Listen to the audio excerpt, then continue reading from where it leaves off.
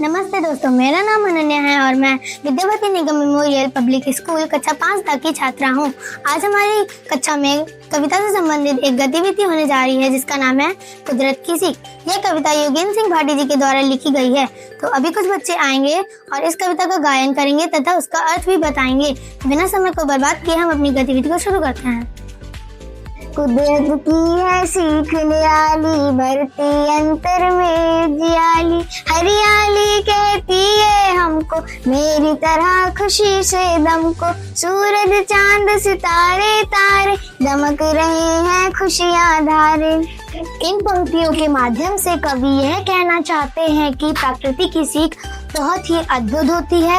वह इंसान के दिल और दिमाग में उजाला भर देती है। हरियाली हमें खुशी और शांति देती है।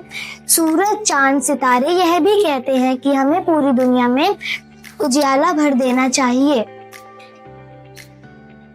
धरती कहती धीर बनो तुम, सागर से गंभीर बनो तुम, धरती के आकाश बनो तुम, जन जन के विश्वास बनो तुम।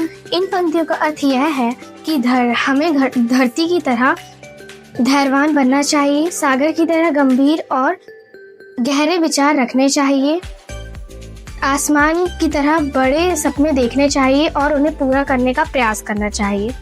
जैसे सभी लोग धरती और आकाश पर विश्वास रखते हैं, वैसे ही हमें भी ऐसा व्यवहार करना है कि लोग हम पर विश्वास कर सकें। फूलों से नित परदे मुस्काओ, नहीं मलिनता मुख पर लाओ, पर्वत सदा अडिग ये रहते, अडिग रहो ये हमसे कहते।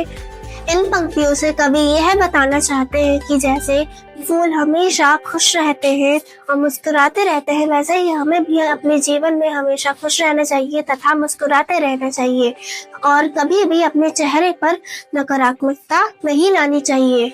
जैसे पर्वत हमेशा अडिग रहते हैं, वैसे ही हमें हमेशा मजबूत रहना चाहिए और दुख में भी अपने कार्य को पूरा करना चाहिए।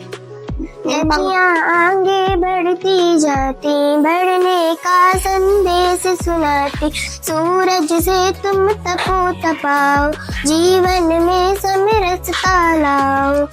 इन पंक्तियों के माध्यम से कवि हमसे ये कहना चाहते हैं कि जिस तरह नदी निरंतर आगे बढ़ती रहती है, वैसे हमें अपने जीवन में निरंतर आगे बढ़ते रहना चाहिए।